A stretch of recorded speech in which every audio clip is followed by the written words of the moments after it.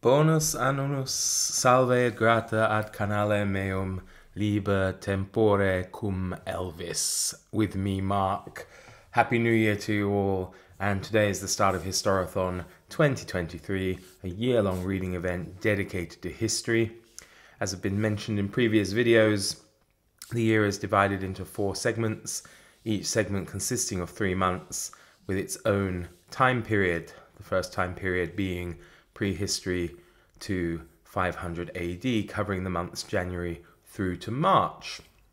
And this is what we're concentrating on. Now, you'll see from the title of this video, free books. Yes, free books to a point. You'll see what I mean in a minute.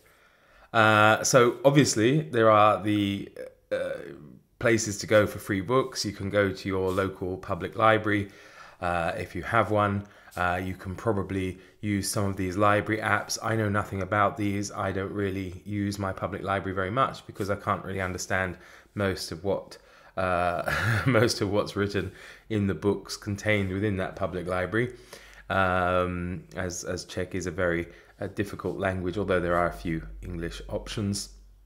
I thought I would share with you some resources online where you can go to get some free reading material to help you with this event, because quite often history books can be quite pricey and you might not be sure if it's for you, and I just want to give you a few places where you can get some free history books and free audiobooks as well pertaining to history that can help see you through this wonderful event, Historathon 2023, that was organized by my dear friend Vin at Revenant Reads and contains a wonderful bunch of co-hosts and participants. All co-hosts are, of course, listed down below, as well as further details regarding the event and all the links about everything I talk about within this video as well. So there'll be a plethora of information for you down below. So I hope you've all recovered. I hope your heads aren't too sore after all the festivities ringing in the new year 2023. It was a challenging evening for us, I suppose, given Elvis's dislike of fireworks. The hardest part was actually the early part of the evening. They let off fireworks around 5 o'clock for the children. When the main event came, he was quite engrossed in his toy, and then he was settled down, kind of sleeping at my feet, while we had Seinfeld blaring very loudly off the television, as well as Christmas carols playing on the Amazon device as well. So my neighbours probably really enjoyed it, but it only lasted about half an hour or so. And I thought we'd got away with it. We went to sleep, we slept quite well, and then come 5 a.m. I decided to wake up and take Elvis for his first early morning walk. And lo and behold, some idiots, yes, I will use the word idiots, decided to let off fireworks at 5:15 a.m. this morning, causing Elvis much distress, of course. So we were back to square one, and I don't know his reaction. If he was outside and he heard that, he would probably try to bolt, or it would really upset him.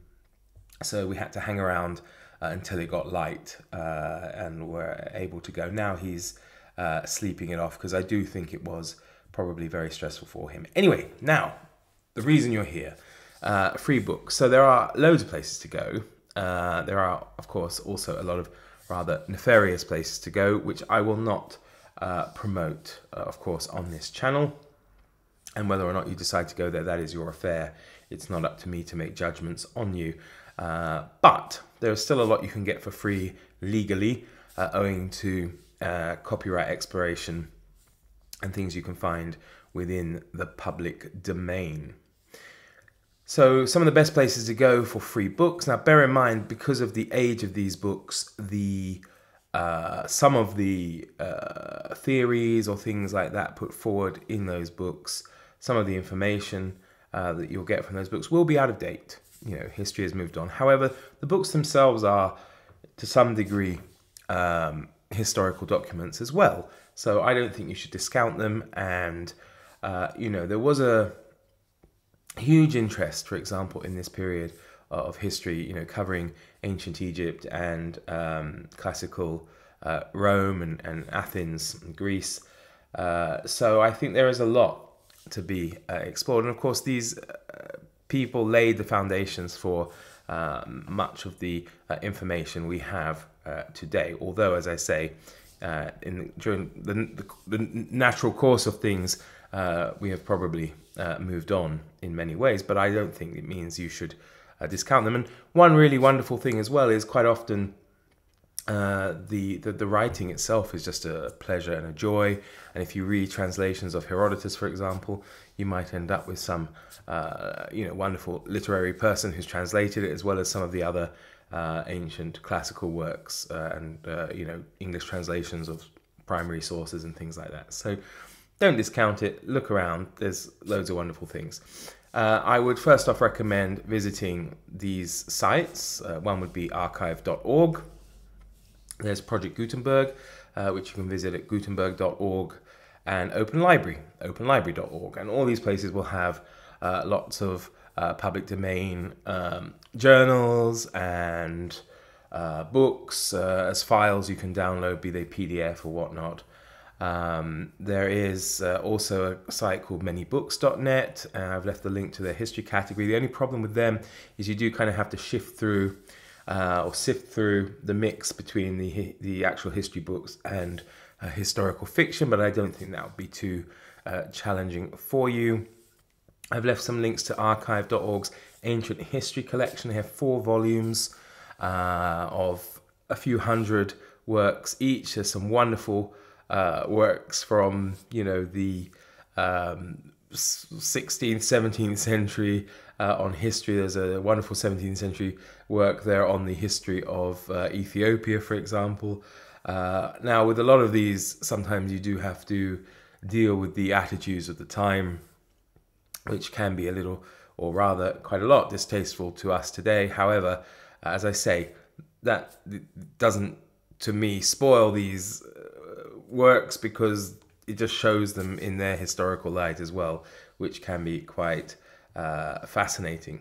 Another good resource, if you don't fancy reading a whole book and you want to read something that's well written, although again it can prove to be factually incorrect today, and that's the 1911 edition of the Encyclopedia Britannica, which is in the public domain and available. You can view it on either Project Gutenberg or on the Wikisource link that I've left down below too. You can also visit the dreaded Amazon, for example.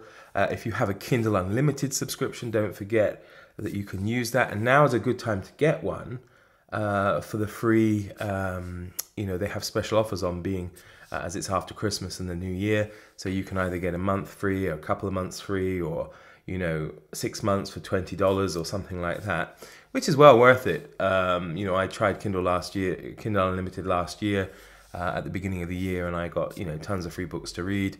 It's kind of a lending service. You don't get to keep them, but you can probably use it to get some of this reading done. I believe there's a site called Scribd where you also can have a subscription to them as well, and they may have some offers. Now, I'm not limiting this just to physical ebooks, or books that you read. There are also audiobook options available to you.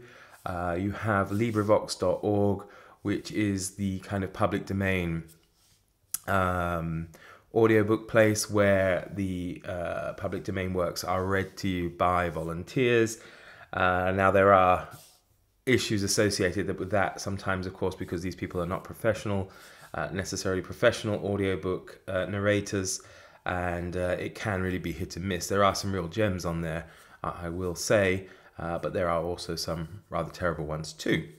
And if you have an Audible.com or audible.co.uk subscription, you can get a month free, certainly in the UK at the moment. If you haven't got one, it's maybe worth doing. There are quite a few wonderful audiobooks that are for free included within your subscription, so you don't need to use any credits to listen to them. I myself have listened to a very interesting one just this morning, actually, which I'm going to count as having read, because I wanted something on to block out the noise of the early fireworks this morning and Ben Kingsley's narration of this book on mythology of the ancient world was just the ticket, and rather a joy to listen to.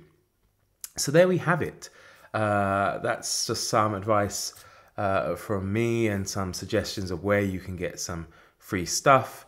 Also, I would say look on Wikipedia if you're because it's very easy to go down these rabbit holes. If you look on Wikipedia, so for example, you look up, I don't know, Herodotus, then at the bottom it kind of tells you all the different works, or editions of Herodotus or translations of Herodotus, and you know there are at least 3 or 4 different ones that fall within the public domain, which and it also includes links to those as well. And it will do that for quite a lot of these classic works and primary sources and things like that. But, you know, as I say, if a Victorian wrote a history book about this period, it's available online for free somewhere, even if it's not in some of the places I mentioned, or anyone pre-Victorian even, it's available in the public domain. So I think it's important we shouldn't forget that and should use these things, as people have been kind enough to collate them and curate them and put them online for our use. So I hope you enjoyed the video. Please do let us know in the comments below if you have any other suggestions for resources for free historical materials. Please do not link to any kind of pirate site. I wouldn't appreciate that, you know, because it would probably be seen as promoting it, and that wouldn't be very nice. So please don't do that, but any kind of legitimate site where you can get legitimate free history books, be they textbooks or narratives or even journals or anything like that, then please leave them in the comments below. So thank you very much, everybody, and first video of the new year. Can't believe it. There we go.